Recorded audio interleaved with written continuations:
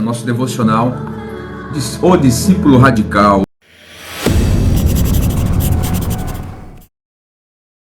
Você se considera uma pessoa madura? Se considera uma pessoa madura ou você se considera, na verdade, uma pessoa imatura? A gente precisa conversar sobre isso, ok? Então, a página que o John Stott começa falando sobre isso é a página 33, ok? Eu normalmente leio um trecho ou outro aqui e aí faço os meus comentários sobre isso e eu posso afirmar para você que vai ser punk nosso assunto de hoje. Se a minha garganta me deixar falar aqui, vai ser punk, ok? Ó, só vou ler um trechinho aqui para você do que espera você daqui a alguns minutinhos, ó. Atualmente, por exemplo, encontramos o Jesus capitalista competido com o Jesus socialista. Há também o Jesus que é a seta ao Jesus brutão, palhaço, superstar. Há muitos tipos de Jesus hoje em dia. Vamos falar mais sobre isso já aqui também. Legal? Bom, John Stott, aqui na página de número 33, ele começa falando sobre maturidade. E é fundamental esse assunto para a nossa vida, afinal de contas, é para isso que a igreja é estabelecida, é para isso que os dons são dados. Ok? Falando sobre minha blusa, o assunto deve estar interessante. Não, minha blusa é uma blusa. Vocês gostaram da minha blusa ou não? É uma blusa azul e amarelo e verde, alguma coisa assim. Ok?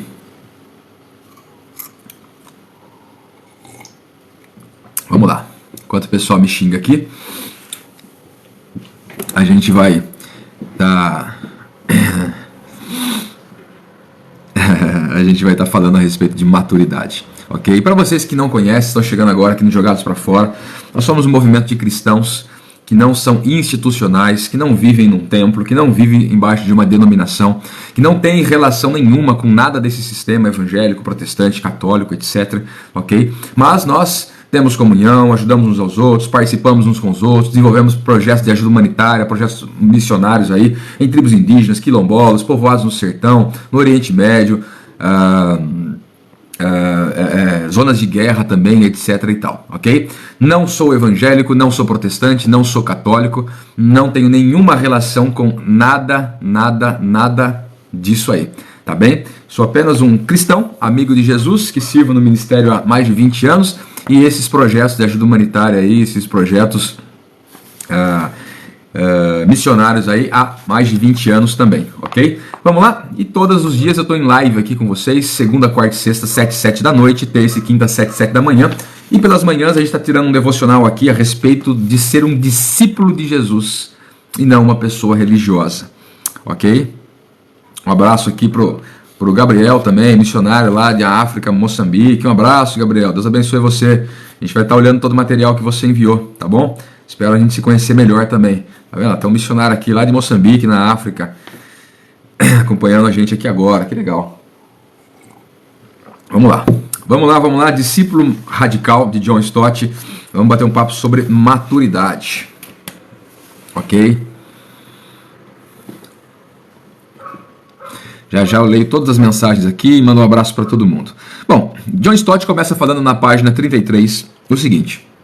Na década de 90, viajava em nome da Langham Partnership International, sempre perguntava aos que me ouviam como eles definiriam o cenário cristão no mundo atual e recebia uma variedade de respostas. Quando convidado a dar a minha opinião, eu a resumia em apenas 3 palavras: crescimento sem profundidade. Ok? Crescimento sem profundidade. Então, John Stott começa falando aqui que a igreja, na verdade, considerada evangélica, ou a igreja considerada aí protestante e tal, ela é uma igreja que incha. Na verdade, é uma instituição, um aglomerado de pessoas inchadas, e não de maturidade ou crescimento. Não é crescimento, é inchaço. Você sabe a diferença de crescimento e inchaço, né? Inchaço é porque tem alguma anomalia acontecendo, tem algum problema acontecendo. Crescimento não. Crescimento é o processo de saúde acontecendo num organismo. Inchaço é um processo de anomalia desenvolvendo num organismo, Se você tiver, tem pessoas, por exemplo, que incham, né, com algumas doenças e tal, acabam inchando. Isso não é crescimento. E segundo o que John Stott está colocando aqui, é o que mais acontece na igreja considerada evangélica ou protestante. Inchaço e não crescimento. A gente vê milhares e milhares ou milhões de pessoas, né, usando a igreja de uma forma completamente diferente daquilo que Cristo fez. Cristo fez algo completamente diferente. Cristo atuou de maneira completamente diferente. Mas aí algumas pessoas vieram e institucionalizaram isso aí, criaram métodos e dogmas humanos, e isso atraiu uma multidão de pessoas. Porque afinal de contas, né, quem é que não quer ter a bênção de Deus, né? Quem é que não quer ter o milagre de Deus? E quando você vende uma proposta que agrada as pessoas vão para essa proposta e automaticamente vão encher templos e lugares. Então, para dizer para você, eu quero dizer para você o seguinte: quantidade de pessoas não significa que Deus está ou não está. Não significa que pertence ou não pertence a Deus. Quantidade de pessoas não significa absolutamente nada, né? Alguns pensam que Deus está com a maioria. Eu preciso explicar para você que o governo de Deus é teocrático e não democrático, tá bem? O governo de Deus é teocrático, onde ele é o centro, e não democrático, onde a maioria vence. Deus não está com a maioria. A maioria das pessoas que saíram do Egito e foram para o deserto queriam voltar para o Egito. Não queriam seguir esse sentido a Canaã. A maioria das pessoas que foram enviados para ver a terra prometida, os 12 lá, 10 voltaram com um diagnóstico ruim. Apenas 2 creram naquilo que Deus estava falando. A maioria gritou Barrabás e não Jesus para ser solto. Então, nunca Deus esteve com maioria. Deus não tem compromisso com maiorias. E a maioria não é o atestado de que Deus está no negócio, de que Deus está abençoando, etc. e tal. Alguns, né, os institucionais, aí, eles vão acreditar que Deus confirma que aquilo ali é de Deus através da maioria. Então, olha o fruto, olha os frutos. Eu estou reunindo 5.000 pessoas, olha os frutos. Eu estou reunindo 500, olha os frutos. Aquele ali, não, aquele irmão ali, ele está no ministério pastoreando, mas ele tem 20 pessoas ali. Então aquilo ali, aquilo não é de Deus não. Mas a minha é, porque a minha tem 500, a minha tem 1.000. Deus não olha dessa forma. Deus não olha desse jeito. Ok? Em nada. A ideia de Deus nunca foi números, e sempre nomes. E nós vamos aprofundar mais isso agora. Segundo o que ele fala aqui, ó, a superficialidade do discípulo existe em todo lugar. Ousamos dizer que isso porque os apóstolos cujas cartas que encontramos no Novo Testamento, censuram seus leitores pela imaturidade deles e os impeliram a se tornarem adultos. Considere, por exemplo, a crítica de Paulo à igreja em Corinto. Olha o que Paulo fala em 1 Coríntios, capítulo 3, versículo 1 ao 3. Eu, porém, irmãos, não vos pude falar como a espirituais, e sim como a carnais, como a crianças em Cristo. Leite vos dei a beber, não vos dei alimento sólido, porque ainda não podia suportá-lo. Nem ainda agora podeis, porque ainda sois carnais. Porquanto, havendo entre vós ciúmes e contendas, não é assim que sois carnais e andais segundo o homem? Quer dizer, Paulo repreende os que estão lá em Corinto pela carnalidade deles, a forma imatura que eles estavam vivendo ali, ou tentando viver em nome de Cristo até. O adjetivo maturidade aqui usado é do grego teleios. Ocorre 19 vezes, né? Isso aparece 19 vezes no Novo Testamento. E pode ser traduzido por perfeito ou maduro, dependendo do contexto ali, é claro. Raramente significa perfeito num sentido absoluto, né? Então, maturidade não significa perfeição absoluta, não significa que não há erros, ok? E nós vamos entender um pouquinho mais. Afinal de contas, vamos lá. Existem 3 perguntas aqui que a gente precisa fazer e responder agora. Primeira pergunta, página 35. A primeira e mais básica pergunta é sobre a essência da maturidade. O que é maturidade cristã? O que é maturidade cristã, na sua opinião? O que é maturidade cristã? O fato é que ela é algo difícil de ser obtido. A maioria de nós sofre de imaturidade prolongadas, mesmo no adulto. A pequena criança ainda se esconde em algum lugar. Além disso, existem diferentes tipos de maturidade. Por exemplo, maturidade física é uma coisa, né? Ter um corpo saudável e bem desenvolvido. Maturidade intelectual é outra coisa, ter uma mente disciplinada e uma cosmovisão coerente. E as pessoas hoje parece que é moda no crente ser burro, né? É moda o crente ser burro. Virou isso aí, né? Eu sei que grande parte do brasileiro tem isso, né? É honra ser burro. Muitos ainda estão naquela ideia de que, não, ele estudou, ele conseguiu vencer e tal, ele tem recursos, ele... Ah, esse daí não presta, né? Porque a ideia é quanto mais burro, melhor. Quanto mais burro, mais fé você tem, né? Então não há maturidade intelectual, não consegue refletir, não consegue pensar, não consegue analisar as coisas. E a Bíblia está repleta de textos que nos ensinam a refletir. Por isso que as pessoas viram massa de manobra em igreja evangélica, igreja católica às vezes, ok? Porque nós precisamos amadurecer intelectualmente também. Amadurecimento ou maturidade moral, aqueles que têm a sua faculdade exercida para discernir não somente o bem quanto o mal. Quer dizer, parece que esse é um dos principais pontos de maturidade que a gente tem visto se perder. Maturidade moral. Quer dizer, tudo é relativo, depende, né? Depende, né? O que é certo para você não é certo para mim. Coisas básicas, simples, estão se perdendo. Coisas simples e básicas, como fidelidade, ser fiel num relacionamento, ser fiel numa amizade, ser fiel na... Cuidado, né? Eu como pai de família, eu sou casado, tenho 2 filhos, e eu assumi a minha responsabilidade como pai de família. Isso é antigamente. A gente tem que destruir a família, porque isso não... Então a gente vê que é uma crise moral também acontecendo muito, e é fruto dessa imaturidade moral. Mas esse não é o foco aqui, ok? Maturidade emocional quer dizer ter um temperamento, ter uma personalidade e um caráter equilibrados. Olha só o que estão dizendo por aí hoje. Mas eu nasci assim. Uau! O ser humano tem agido hoje como se fosse um animal, pelo instinto. E não entende que o fato de você sentir não significa que você tem que fazer. Isso é um absurdo.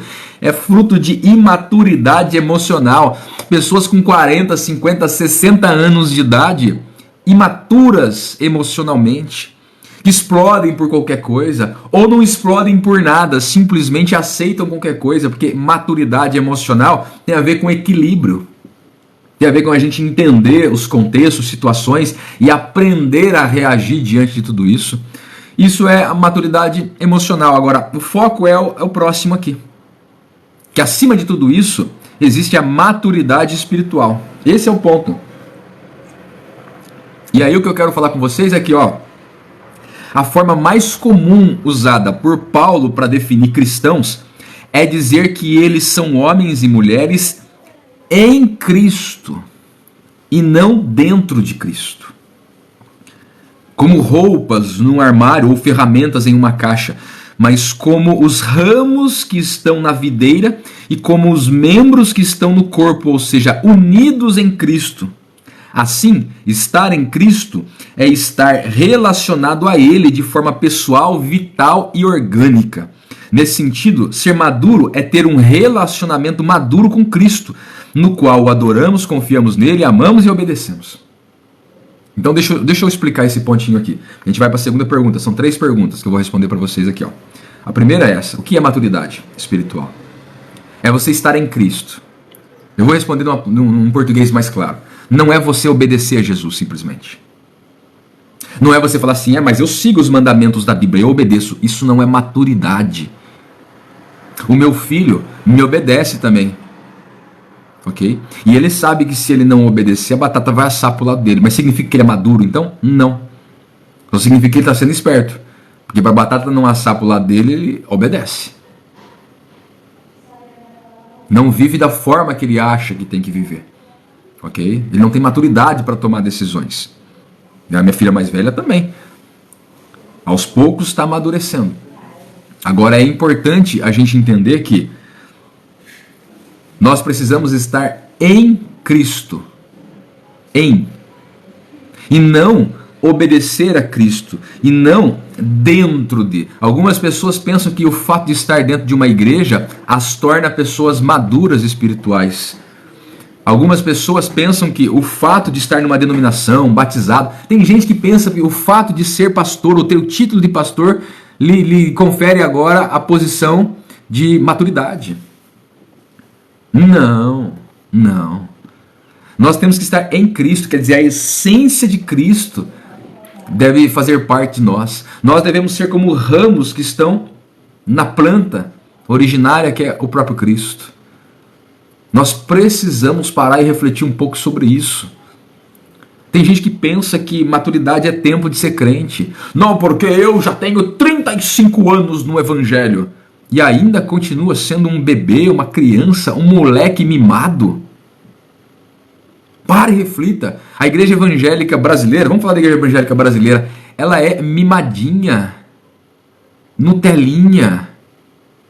A igreja brasileira, olha os obreiros que estão sendo formados hoje no Brasil, Nutelinha, mimados. Tem que dar uma madeirinha para eles, tem que trocar a fraldinha deles, um bando de pastor barbado, bispo, apóstolo, vice-deus, tudo tem que trocar a fraldinha deles. Olha, eu vou dar alguns exemplos práticos. Estou passando na prova, vamos fazer uma campanha para sair do deserto, da prova. Vamos fazer a campanha pra gente, porque olha, vamos orar, irmãos, porque o inimigo está furioso e tal. Qualquer situaçãozinha que acontece, vamos fazer uma campanha de oração, vamos jejuar aqui e tal, para Deus intervir, para Deus colocar a mão e fazer um milagre aqui, porque olha, eu não estou mais com a minha BMW, eu tive que baixar de nível, agora eu estou com um Audi. Olha o tipo de oração que é feito. Pela bota que custa 5 mil reais, pelo terreno que agora, nós temos um terreno só de 1 milhão, precisamos de um terreno de 15 milhões agora, para ficar parado lá. Olha o tipo de oração que é feita. Olha a oração que é feita. Vou aprofundar mais aqui. Olha a oração que a igreja evangélica está fazendo. Senhor, cuida do Brasil, governa o Brasil, Senhor. Toma o Brasil nas tuas mãos e governa o Brasil agora. Essa nação é do Senhor. Olha que oração de moleque. A Bíblia nunca ensinou a fazer isso. Seja você o Brasil que você espera. Seja você o cristão que você espera. Seja você o cidadão que você espera. Maturidade espiritual é nós vivermos em Cristo, entendermos que o nosso reino é Cristo. Olha um monte de gente que já entrou na live de primeira aqui, olhando minha camiseta e falando sobre política. Moleques espirituais, crianças, mimadinhas. Porque o pastor falou de mim, ele pegou pesado. Moleques e meninas. É isso que Paulo está falando. Vocês só causam desavenças, Paulo está dizendo aqui. Vocês só causam confusões. Vocês só ficam falando mal um do outro.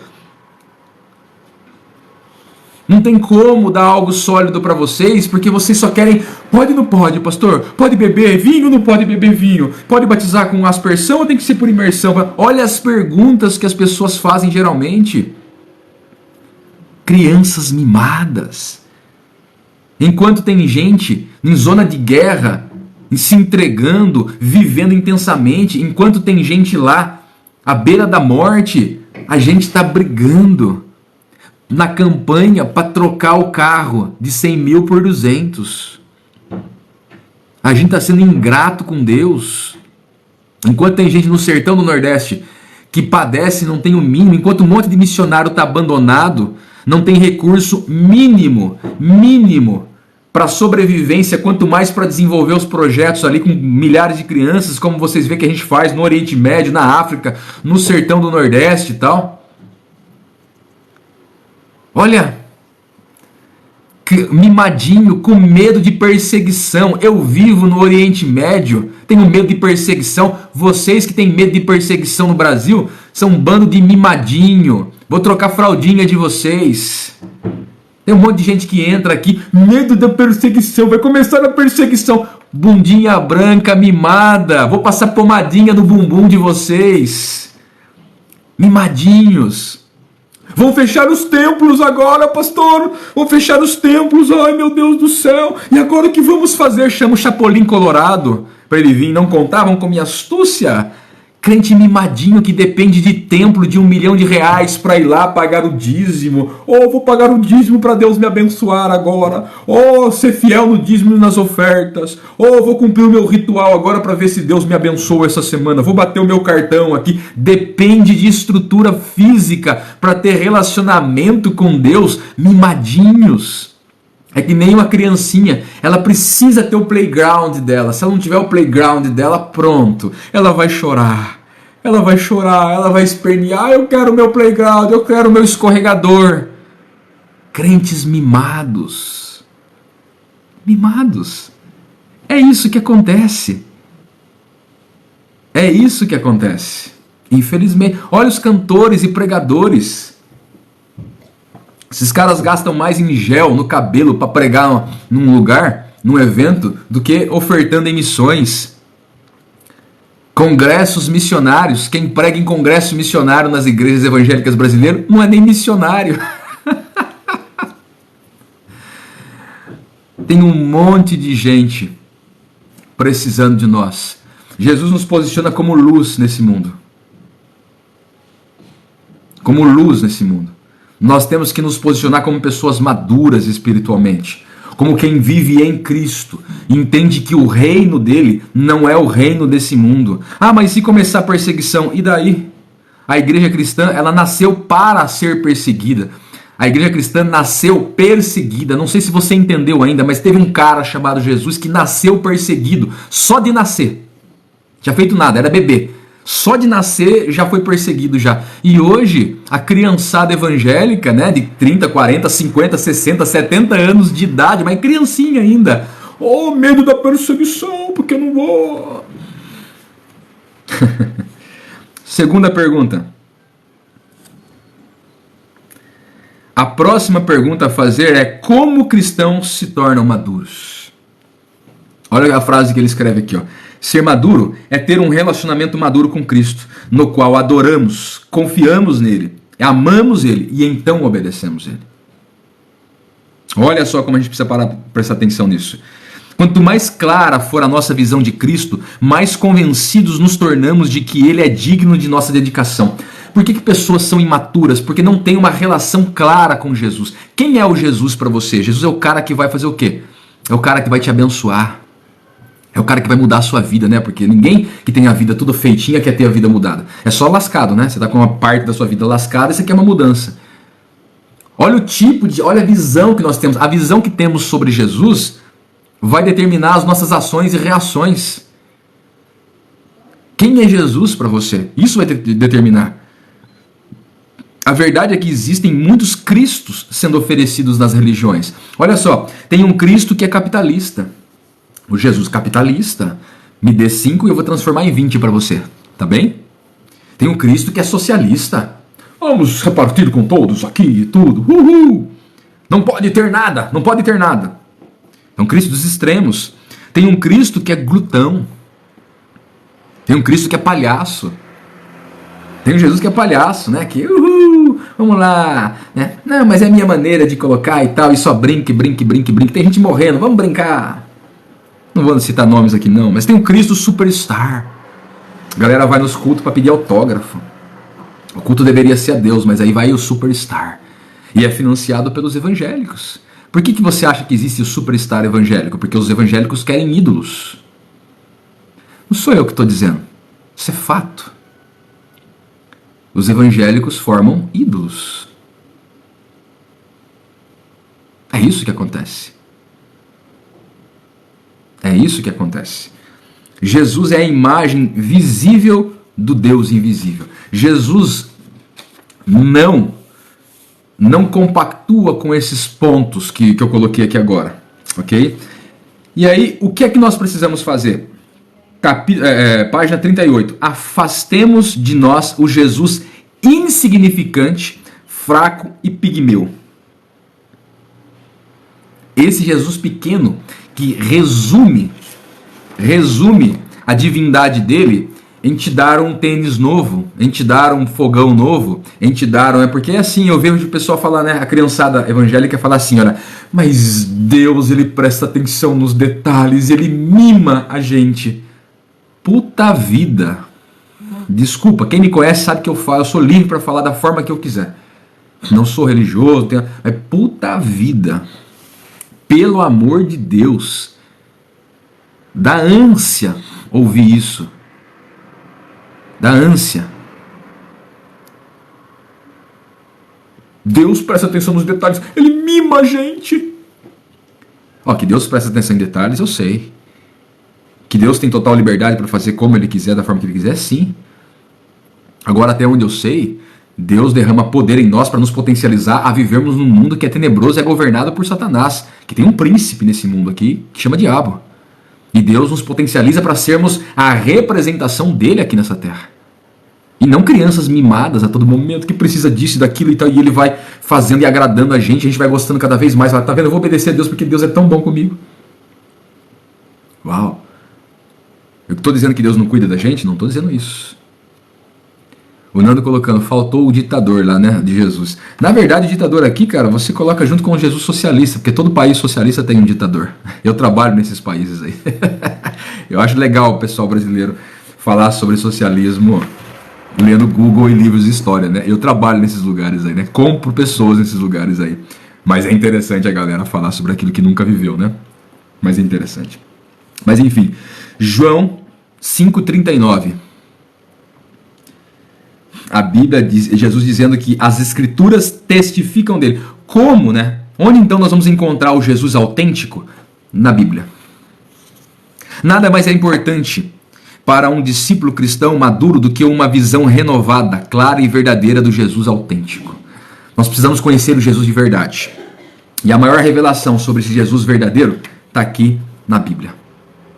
É aqui na Bíblia. Ler, estudar, compreender, se relacionar de forma espiritual com esse Jesus é fundamental para que a gente tenha a visão correta da pessoa de Jesus. Jesus não é esse que a maioria tem mostrado por aí. Existe uma gama de pessoas decepcionadas com Jesus porque elas receberam uma revelação de um Jesus que não existe na verdade. E aí eles atribuem todo esse besterol ao próprio Jesus, que mas nunca fez isso, nunca falou isso, nunca prometeu isso. Mas tem um monte de gente prometendo um monte de coisa no nome de Jesus. E finalizando, e aqui a gente vai finalizar essa parte 3 aqui lá no grupo de WhatsApp, ok? Que eu não vou ter tempo para finalizar isso com vocês aqui agora. Ó. Na terceira pergunta, para quem esse chamado à maturidade é direcionado? Para quem isso é direcionado? Nós vamos entender um pouquinho mais isso lá no grupo de WhatsApp. E assim que eu encerrar a live aqui, a gente vai finalizar esse ponto lá no grupo e abrir para que vocês comentem e perguntem também. Ok? Mas é importante a gente entender esses pontos da maturidade. Precisamos ser pessoas maduras. Precisamos amadurecer. Mas não dá para amadurecer fazendo a mesma coisa. Eu repito a expressão de Albert Einstein. Insanidade é você fazer ou plantar a mesma coisa todos os dias e acordar sempre na manhã seguinte querendo colher alguma coisa diferente. Nós precisamos fazer diferente para ter resultados diferentes. Então pare e reflita um pouco sobre isso. Maturidade. A gente precisa amadurecer. Tem pessoas que eu encontro 2, 3, 4, 5 anos depois e elas são a mesma pessoa, do mesmo jeito, fazendo a mesma coisa, da mesma forma, e está esperando um resultado diferente. Não vai rolar isso. Pare e reflita um pouquinho. Vamos orar? Vamos orar. Toda terça e quinta, 7 da manhã, eu tenho um devocional com vocês aqui, um tempo de reflexão e de oração. Vamos orar para que o Espírito de Deus tenha liberdade no nosso coração, de falar conosco, de nos orientar, de quebrar todo estigma de religiosidade dentro de nós, aquilo que atrapalha a nossa vida com Deus, para que nós possamos ser mais relacionáveis, mais abertos para estar em Cristo. Você não faz a obra de Deus, você pode fazer a obra com Deus. Você não serve a Deus, você serve com. Jesus veio para ser o com. Jesus é com. Ok? Jesus é com, que significa Jesus é Emmanuel, Deus conosco. Ok? E não para. Quando você faz para, você distancia a pessoa de Deus. E como eu te falei, a compreensão que você passa a ter de Cristo vai determinar as suas ações e reações no dia a dia. Se você faz para Deus, você se coloca num lugar de servo apenas. E Jesus fala assim: olha, eu quero que vocês sejam amigos, então não chamo vocês mais de servos, porque o servo não sabe o que faz o seu Senhor. Eu chamo de amigos porque eu compartilho com vocês. Se aproxime da pessoa de Jesus. Nós estamos fazendo um devocional essas semanas aqui sobre o discípulo radical. Esse livro, o Discípulo Radical, de John Stott. E ser um discípulo radical é alcançar a maturidade na fé. Então, que você reflita, pense sobre isso. Deixa eu ler aqui rapidinho para a gente orar. Buscar uma intimidade... Opa, Jane, um abraço, Jane, lá da Bahia, de Serrinha. Buscar uma intimidade com Cristo para ter o conhecimento do verdadeiro caminho. Amém.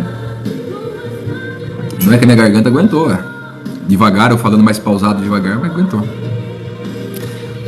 A Raquel, estou fazendo o detox, tem sido ótimo, que bênção.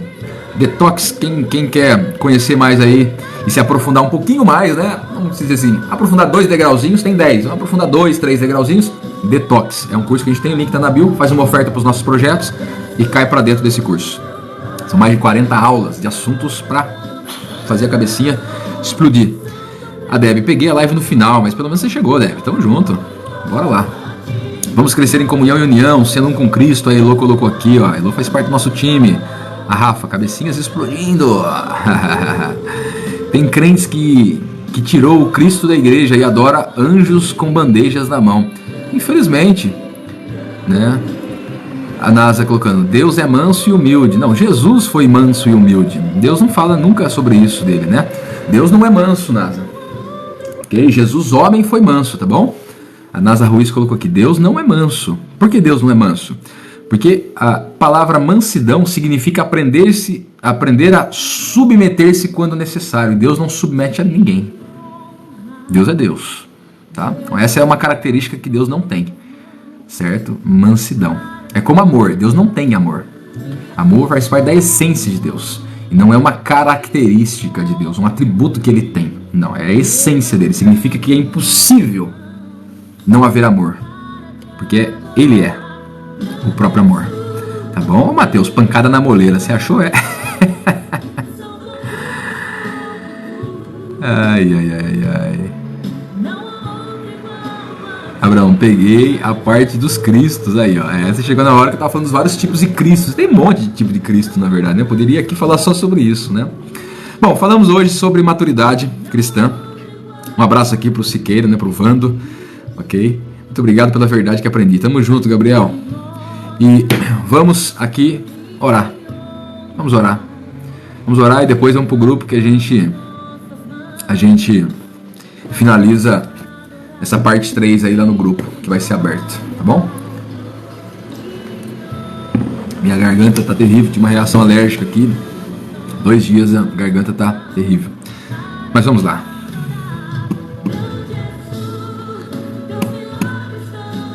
Vamos orar aqui com essa música de fundo, digno de glória. Hoje não tem live à noite, né? Hoje não. Hoje eu vou reunir aí com o nosso time pra gente conversar sobre alguns assuntos de avanço dos Jogados pra Fora. Tá bem? Levantemos nossas mãos. Vamos orar? Senhor, te damos graça, te louvamos e bendizemos o teu nome, Senhor. Obrigado por esse tempo, Senhor. Meu único pedido ao Senhor hoje é que o Senhor nos ajude a amadurecer, Senhor. Nos ajude a crescer, a desenvolver. Nos ajude, ó Deus, a sairmos, ó Deus, da estagnação que estamos, ó Deus. Nos ajude a sermos pessoas melhores no Senhor. Nos ajude a sermos quem o Senhor nos fez para ser. Que o Senhor nos oriente, que o teu Espírito tenha liberdade para mover o nosso coração, ó Deus. Peço por cada um aqui, ó Deus, que está e que passou nessa live, para que haja um toque do Senhor nessas vidas, nesses corações. Livra-nos de sermos, ó Deus, imaturos, pessoas mimadas, porque isso traz sofrimento, isso traz expectativas erradas, isso traz, ó Deus, crises interiores que são desnecessárias. Mas cria em nós, ó Deus, casca grossa, cria em nós um coração, ó Deus, firmado, como diz o salmista. Cria em nós um espírito, ó Deus, firme. Cria em nós, ó Deus, aquilo que o fruto do Espírito pode gerar. Em nome de Jesus. Em nome de Jesus. Que nós possamos ter sede de conhecer mais o Senhor. E que possamos ser o discípulo radical que o Senhor espera de nós. Em nome de Jesus, Senhor. Dá-nos um dia na Tua presença hoje. Em nome de Jesus. Amém, amém, amém.